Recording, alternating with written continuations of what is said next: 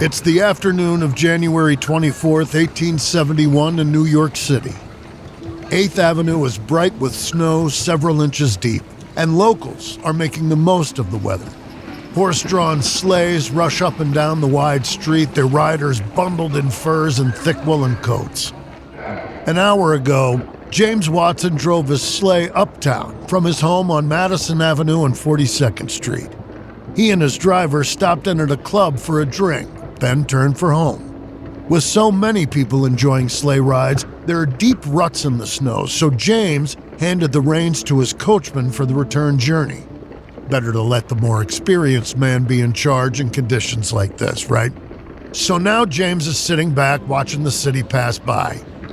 James Watson lives a very comfortable life. He's a county auditor in the New York Comptroller's office, which comes with a modest salary. But despite his relatively small government paycheck, he lives in a newly built mansion with an adjoining stable for his growing horse collection.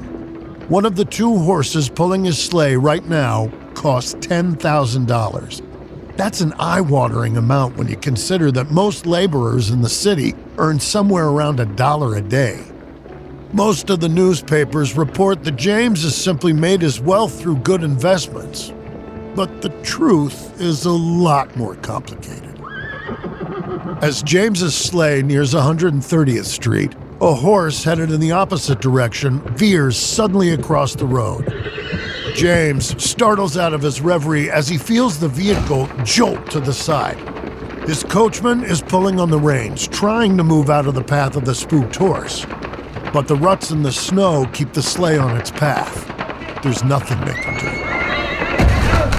Within seconds, the horse has plowed into James's team, splitting the yoke of his own horses.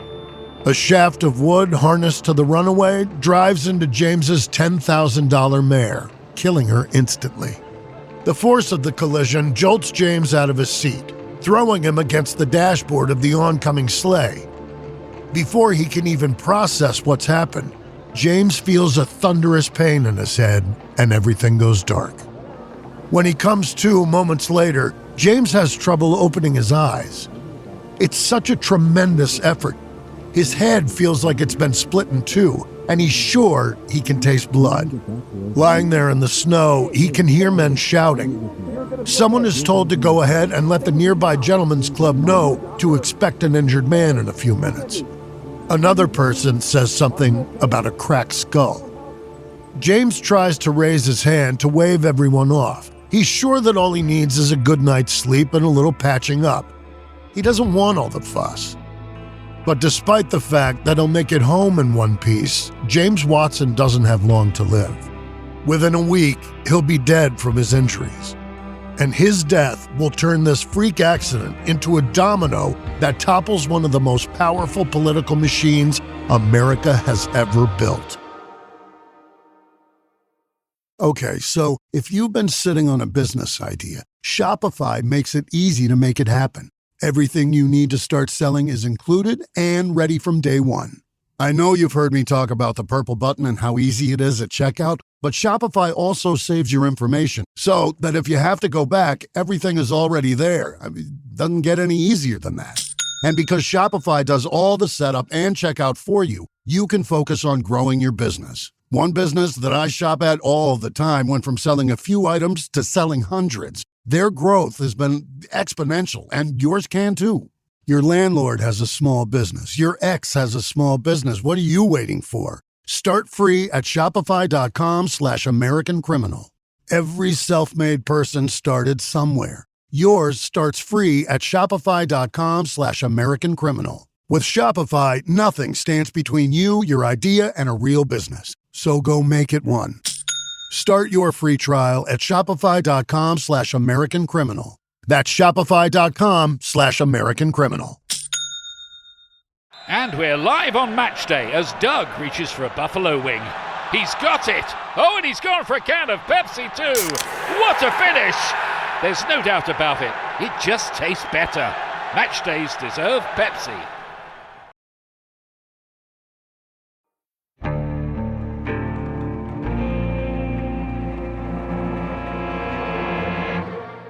From Airship and Evergreen Podcasts, I'm Jeremy Schwartz, and this is American Criminal.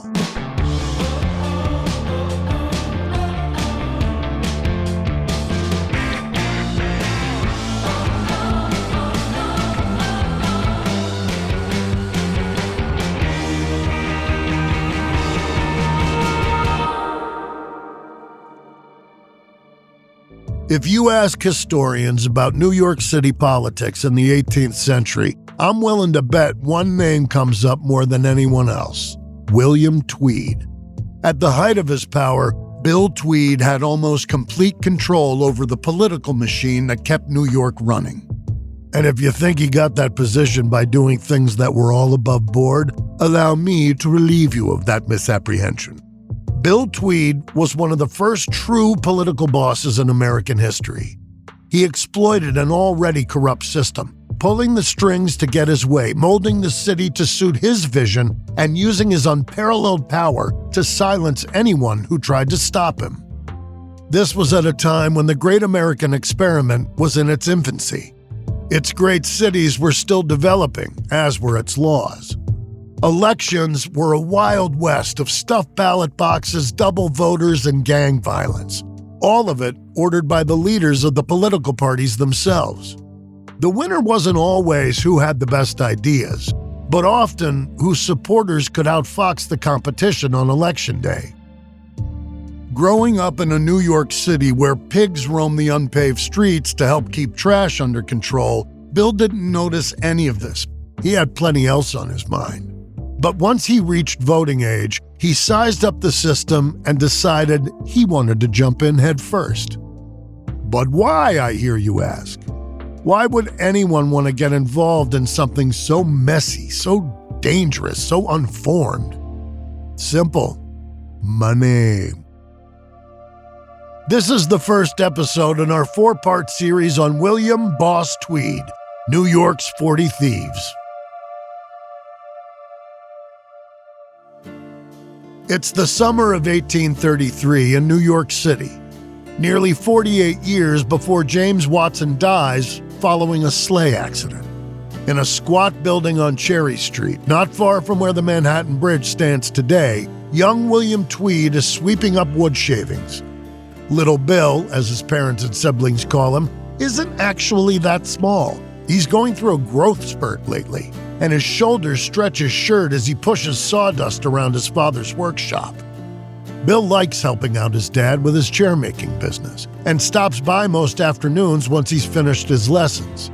It's just a bonus that the workshop door usually stands open, allowing the sights and sounds of the street beyond to flood into the space.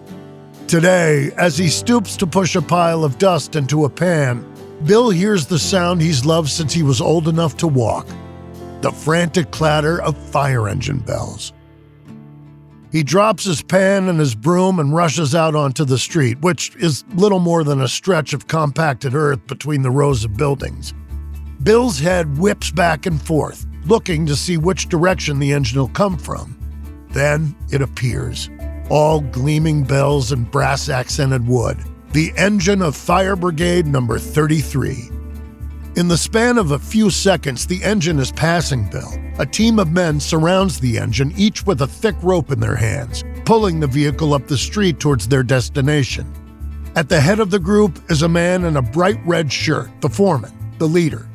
Bill follows the brigade's journey from where he stands, noticing a trail of smoke drifting up from somewhere around a distant corner. When the fire brigade disappears at last and the sound of bells fades into the distance, Bill reluctantly turns to go back inside. But for the rest of the afternoon, all he can think about is those men in their red shirts, the way people stop to watch them run by, and how important they surely feel. That kind of respect has to be intoxicating, and all little Bill can do is wonder. Born in April of 1823, William Tweed is the youngest of his parents' 5 children. His dad is a third-generation chairmaker and runs his own business to support the family. Around the time Bill was born, Richard Tweed finally felt like their finances were secure enough that he could start indulging his kids in small treats from time to time. When Bill was old enough to start at a local elementary school, Richard began putting aside money just for him. Little Bill seems to have a head for numbers and is bright in a way Richard doesn't see from his other kids. He wanted to nurture that potential by buying his youngest the best education possible. I mean, of course, Bill's not thinking too far ahead just yet. He's happy to help out at his dad's workshop after school each day, but he also likes to spend time playing with the kids his own age. And like plenty of other boys in the city, he's fascinated by the local fire brigade. This is a time before any kind of municipal firefighting services exist. So, New York's neighborhoods each have their own volunteer groups. These brigades are a great unifier in the city, with men from all walks of life putting their hands up to join, laborers, lawyers, and craftsmen alike. When a fire breaks out, brigades rush through the streets, pulling their fire engines on thick ropes, racing to be the first to reach whichever building's on fire. All New York kids have their favorite brigade, and Bill's is the one stationed just a few blocks from his family home, number 33. He likes them so much that his father carefully stamps 33 onto the leather binding piece on Bill's suspenders. It's little Bill's greatest wish to be the foreman of Brigade 33 someday.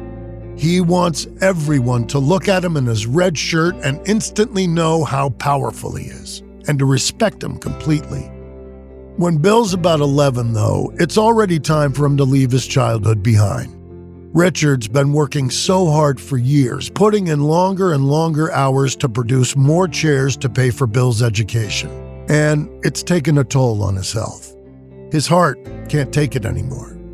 He needs to slow down. So Bill's mother, Eliza, sits Richard down and tells him how it's going to be. Bill will be taken out of school and learn the family business in the workshop. Richard needs the help, and it's never too early for a young man to start earning for his family. Now, for his part, Bill loves being an apprentice. He spends a lot of time running errands and delivering chairs to customers throughout the city.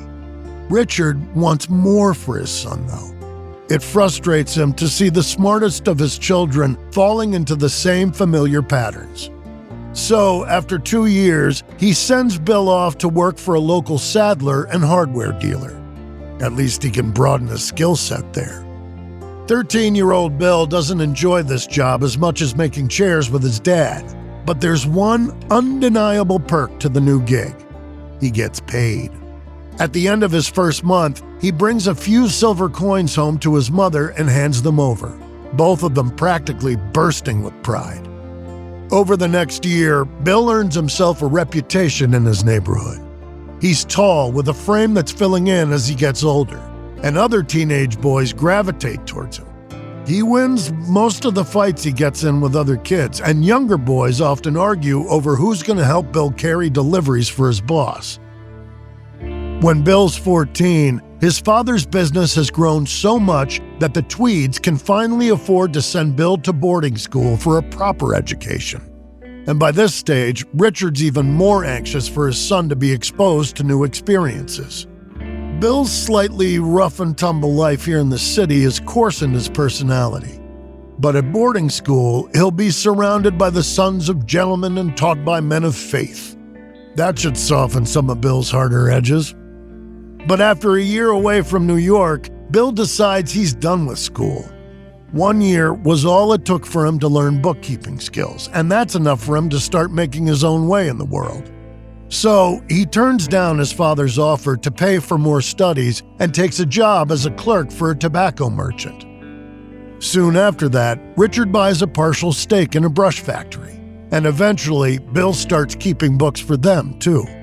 Even at 17, he demonstrates a business acumen beyond just finances, making thoughtful suggestions on improvements that could be made to the company's structure and management. After about 2 years, he's made a full partner in the firm. But Bill's employers aren't the only ones who've taken notice of him. Sometime in 1843, 20-year-old Bill's working in his office at the brush factory when he's visited by an older man in a sharp suit. He explains that he's a member of Tammany Hall, the local political group that wields a lot of power within the state's Democratic Party. And some of the members of their organization have taken notice of Bill. Bill's nonplussed. He's not sure what there is to take notice of.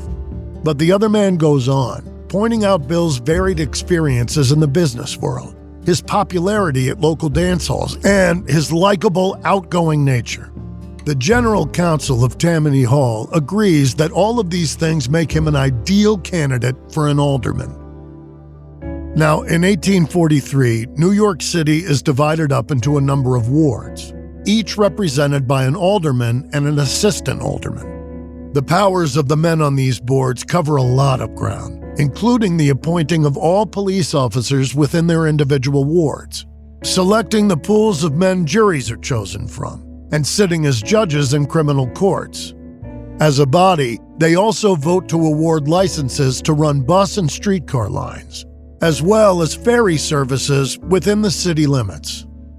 It's a big job, and not one without its perks.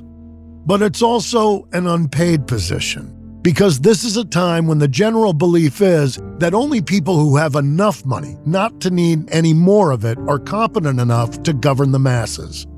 Unfortunately, this means that aldermen often feel obliged to use their position to turn a profit however they can. But more on that later. For now, Bill doesn't know about the ways politicians make money, and he turns the offer down. He wants to build a name for himself in the business world, create a solid foundation for a career and eventually a family. So, thanks, but no thanks. He's happy where he is.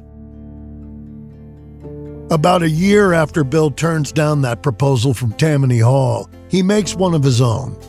He and 17-year-old Mary Jane Scotton have known each other basically their whole lives. Their families are close, and the Scottons own the brush factory that both Bill and his father have small stakes in. When Mary Jane was old enough, Bill started taking her to community dances and the theater. Now, in the spring of 1844, he saved up enough money to start their life together.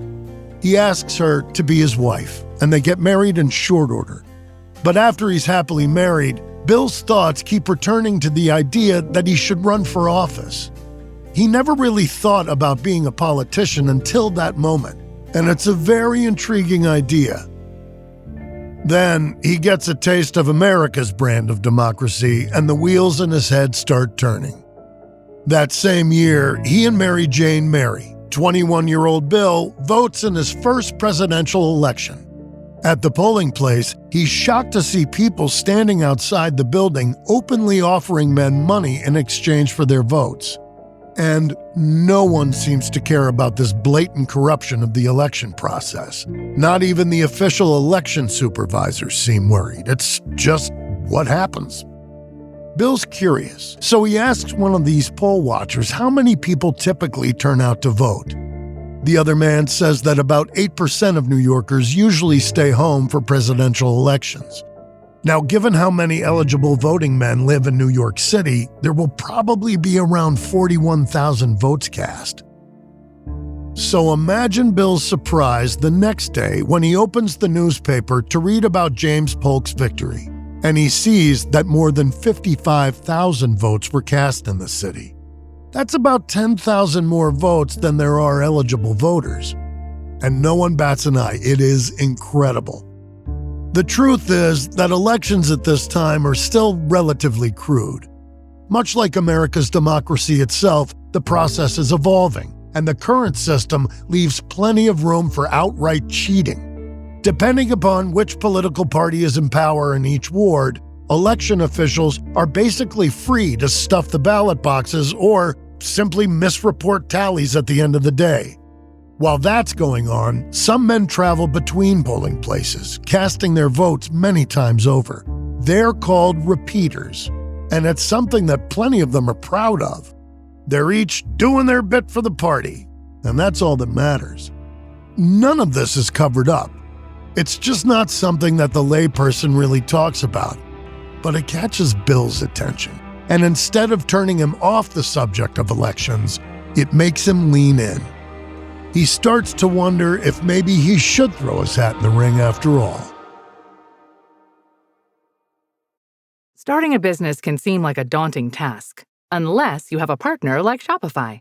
They have the tools you need to start and grow your business. From designing a website to marketing to selling and beyond, Shopify can help with everything you need. There's a reason millions of companies like Mattel, Heinz, and Allbirds continue to trust and use them. With Shopify on your side, turn your big business idea into... Sign up for your $1 per month trial at shopify.com/special offer. Hey, Fidelity. How can I remember to invest every month? With the Fidelity app, you can choose a schedule and set up recurring investments in stocks and ETFs. Oh, that sounds easier than I thought. You got this. Yeah, I do. Now, where did I put my keys? You will find them where you left them. Investing involves risk, including risk of loss. Fidelity Brokerage Services, LLC, member NYSE, SIPC.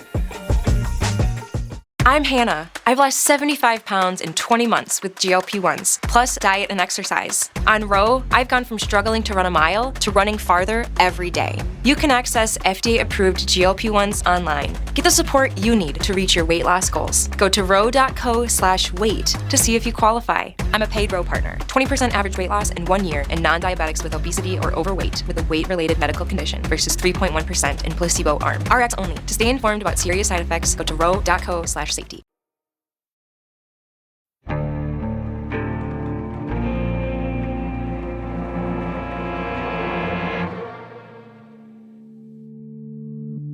It's a cool evening in the fall of 1851. New York City's 7th Ward is in the Lower East Side near the East River.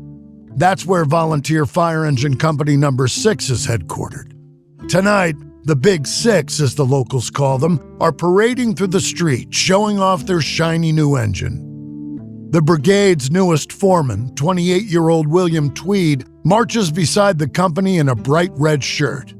The engine has a large tiger painted on each side and is pulled by 8 white horses that Bill's borrowed especially for this occasion.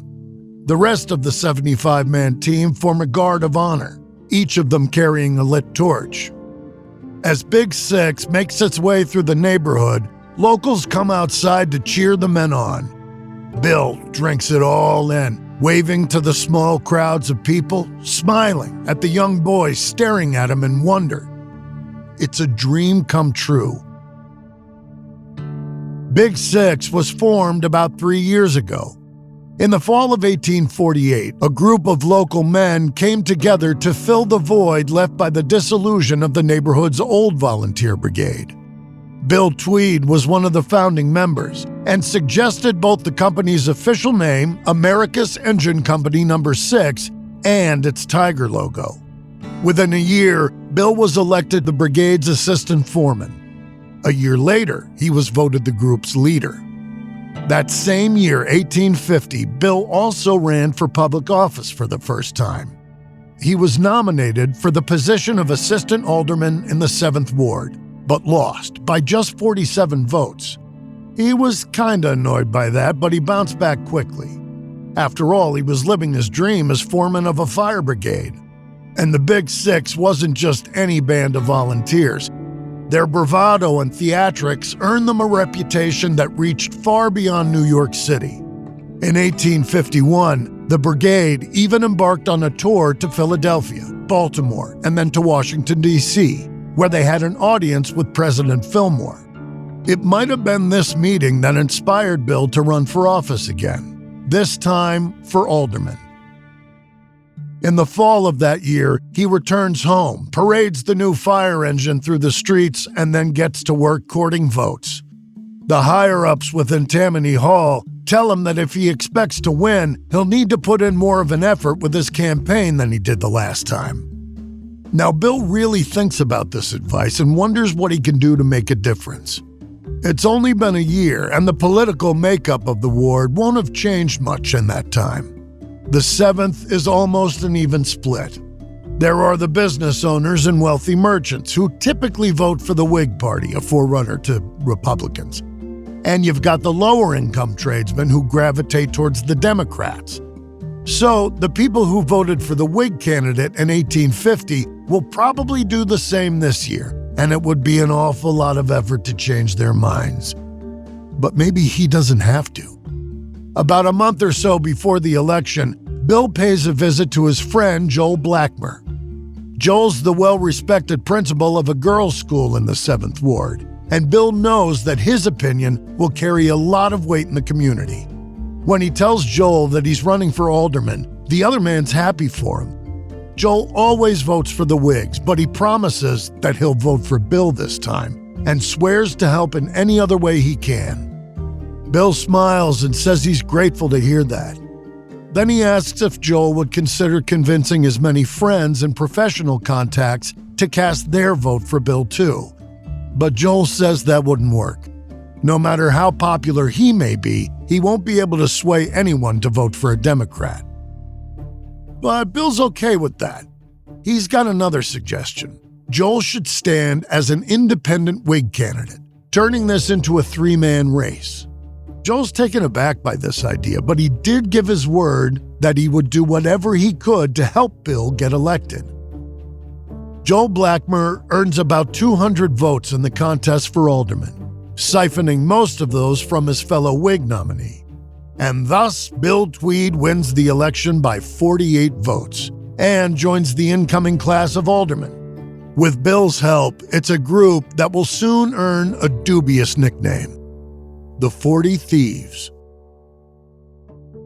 Earlier, I told you that New York's aldermen aren't paid, but that plenty of them find creative ways to turn a profit anyway. But the general idea is that aldermen take advantage of the powers of their position to extract payments from people looking to do business within the city. Put another way, they take bribes. If you want to get a contract with New York City, you'll likely have to grease a few palms. Bidding on a construction project? Slip some bills to just enough aldermen to get the votes you need. And if you don't have the money to pay that extra charge, well, there's a way that the city can cover that cost without anyone knowing it. Just to be clear, this isn't something that starts with Bill Tweed, not by a long shot. But it's a practice that certainly seems to pick up steam once he's involved. And he's definitely creative with the way he goes about it. In 1852, not long after he's sworn in, Bill meets with a landowner. The city wants to purchase a parcel of land for a potter's field on Ward Island. Bill's there to negotiate the price for the 69 acres.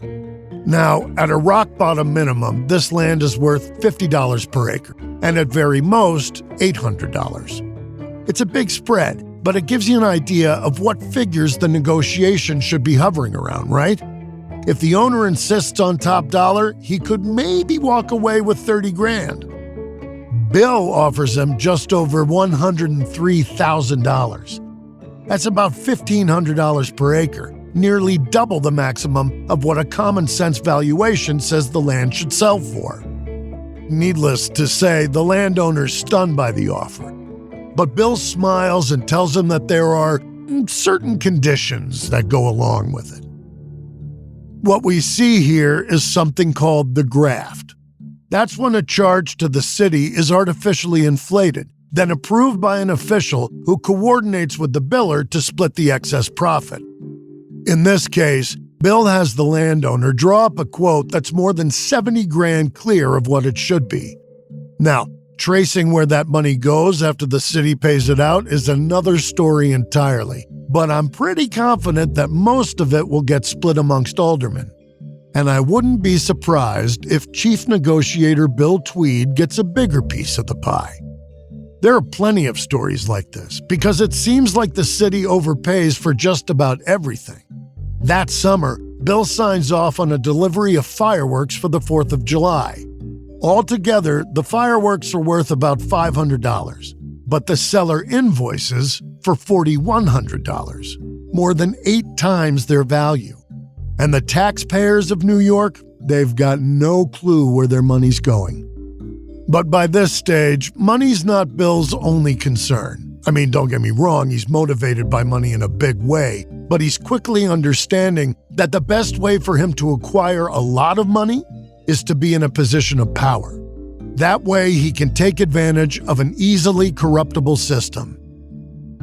There's no better example of this than a story involving Dr. Abraham Berry, who in addition to being mayor of the city of Williamsburg, is also a wealthy businessman. Dr. Berry wants to operate a ferry between New York and Williamsburg, which these days is a suburb of Brooklyn. But like I said, doing business with New York means doing business with her alderman. So Dr. Berry pays out $20,000 in bribes to be distributed among the council. Simple enough. But Bill Tweed holds things up. Money's not all Dr. Berry has to offer him. More specifically, it's not all Williamsburg has to offer him. See, after less than a year as an alderman, Bill's already got his sights set on joining the U.S. Congress. And to make that happen, he needs to secure an official nomination from the Democratic Party. If he lived in a district entirely within New York, that wouldn't be an issue. But Bill's district stretches across the water to include Williamsburg, and he's less certain that their delegates will vote for him. So he holds up the vote on the ferry contract until he has Mayor Berry's word that the Williamsburg delegates will support his nomination. Once that's done, he allows the contract to finally go through. And to give you an idea of just how deep the government corruption goes at this point in history, Dr. Berry's not off the hook just yet. After the city's aldermen approve the deal, it goes to the mayor of New York City, Ambrose Kingsland, for his signature. Ambrose takes a look at the numbers on a ferry service between the two cities and realizes just how profitable that'll be. Like his Williamsburg counterpart, he's a successful businessman and is always looking for a way to make a buck. So, before he gives the deal a seal of approval, he insists that a friend of his be permitted to buy a fifth of the company from Dr. Berry. And you can bet that friend gave a healthy cut of his ferry profits right back to Ambrose. But I digress. Let's get back to Bill, who by this time is considerably richer than he was a year ago and on a path to the federal government. That November, he wins his election to Congress at age 29 and heads to Washington to swim in a much bigger pond. When he gets there, though, Bill finds the national legislature dull. Things move too slowly for him, and he doesn't get the same daily sense of pride and respect that he does when he's working for the people of his city. Okay, sure, he's basically stealing from them, but to Bill, that's beside the point. He wants to stay in New York. So, after his 2-year term's up, he won't seek re-election and will return to his growing fiefdom, a city he'll one day rule. At ZocDoc, we know being a healthy adult is like living in a video game. Every day has side quests, taxes, laundry, birthdays, and just when you're leveling up, you have to book a doctor. The insurance portal crashes, they put you on hold, your doctor doesn't take your plan, game over. We see you, so we made booking a doctor easy. Download ZocDoc, search by specialty, insurance, and availability. Book instantly, no cheat codes required. Find a doctor you love with ZocDoc. Visible puts the ultimate wireless hack in the palm of your hand.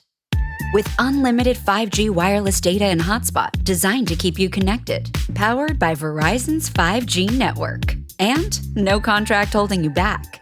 Plans start at $25 a month, or get the premium Visible Plus Pro plan and save $10 on your first month when you use promo code HACK.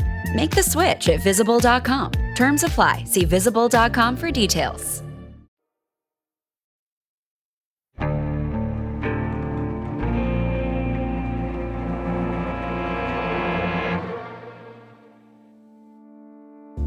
It's February 25th, 1853, in a courtroom in New York City.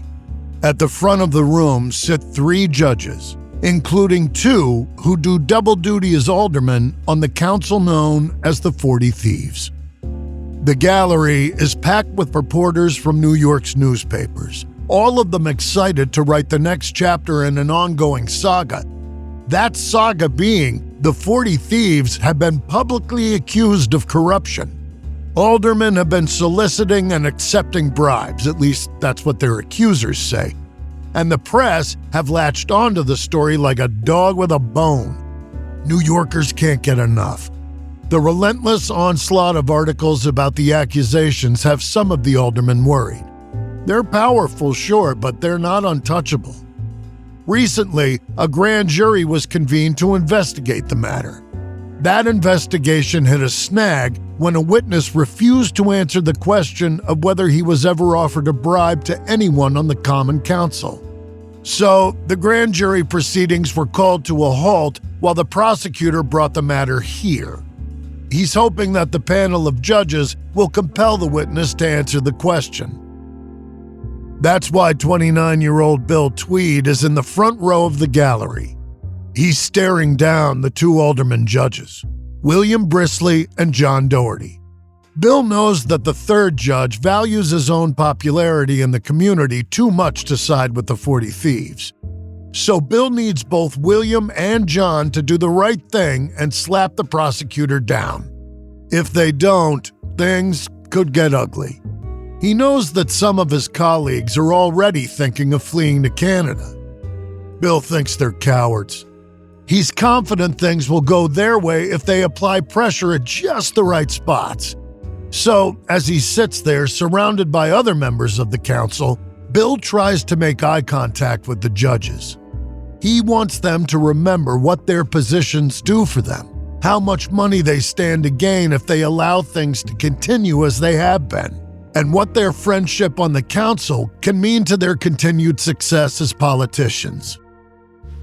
Bill can feel his whole body clench as William begins speaking. After a few seconds, it's clear that he's siding with the witness's right to stay silent. Instantly, Bill shifts his gaze to John, who seems unusually sweaty for this time of year. When William finishes making his statement, John puts Bill out of his misery quickly. The motion is rejected. The witness won't be compelled to answer. Bill and the aldermen on either side of him breathe a collective sigh of relief. They just dodged a bullet. As he stands to leave the courtroom and return to his day, Bill can't help marveling at how easy it was to get his way. He liked it. At the end of February 1853, the grand jury investigation into New York's Common Council, that's the group of aldermen and assistant aldermen, stalls, thanks to some well-placed judges. Not that that's a shocking twist when the ranks of the city's judges are packed with aldermen. What did anyone expect to happen? Still, people paying attention to the matter are understandably peeved, especially when word gets around that Bill and some of the other aldermen were there in the front row staring down the judges. If the council has nothing to hide, then why would they be trying to intimidate witnesses into silence? If the man in question hadn't ever offered any alderman a bribe, then wouldn't he and every member of the council want that on the record? At the very least, it's fishy, and the chapter stirs up enough public interest that a new political party forms in early March. The City Reform Party is founded to do exactly what it says on the label: reform New York's political system.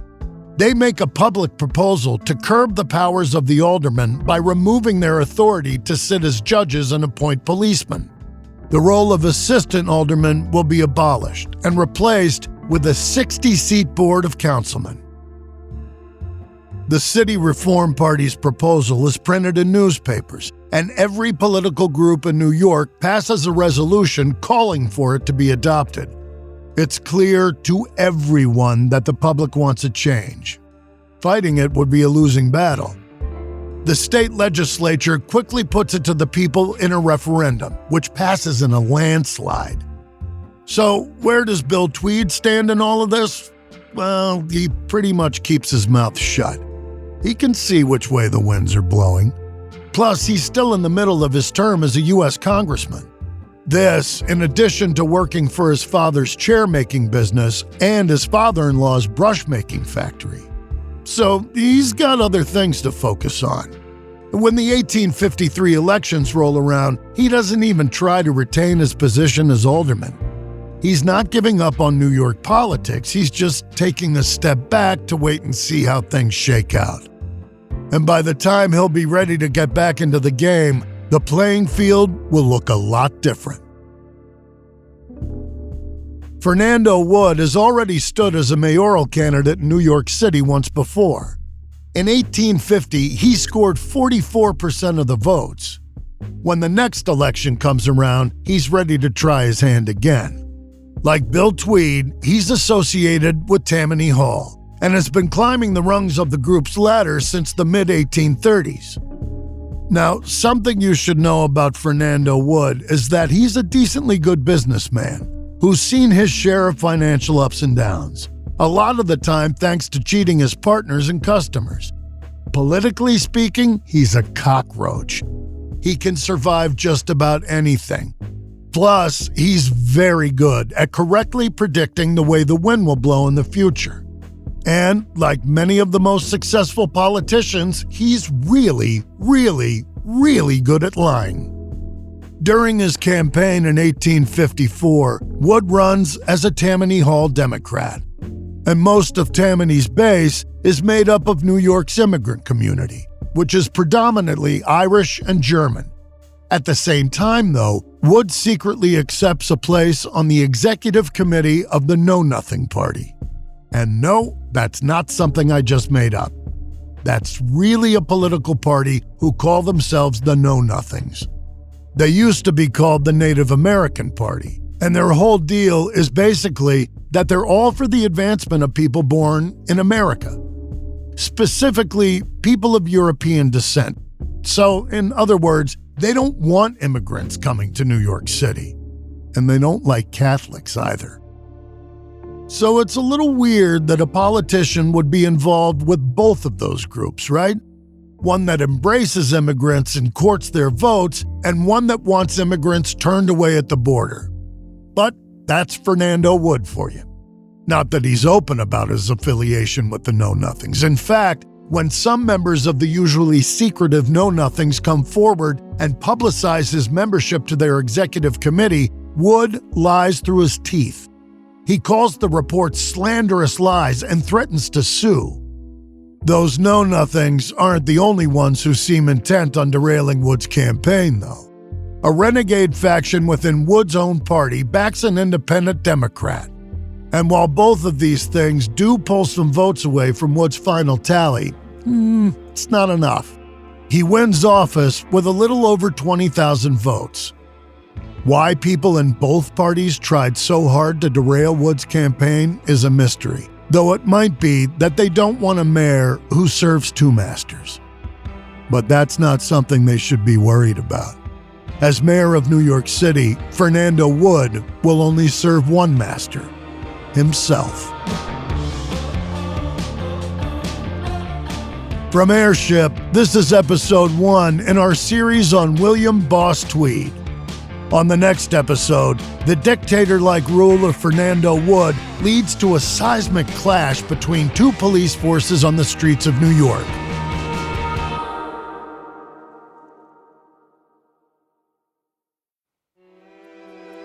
We used many different sources while preparing this episode.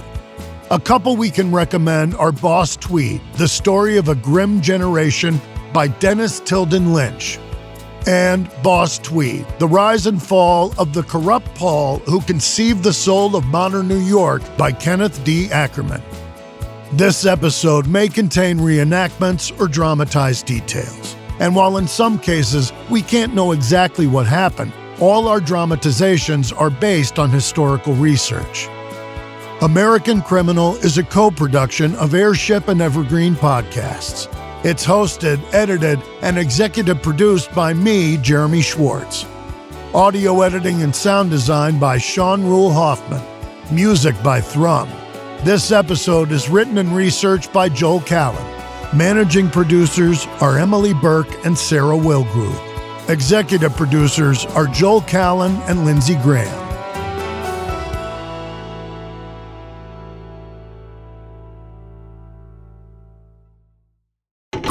A burst pipe, a dead water heater, the AC calling it quits. Who do you call?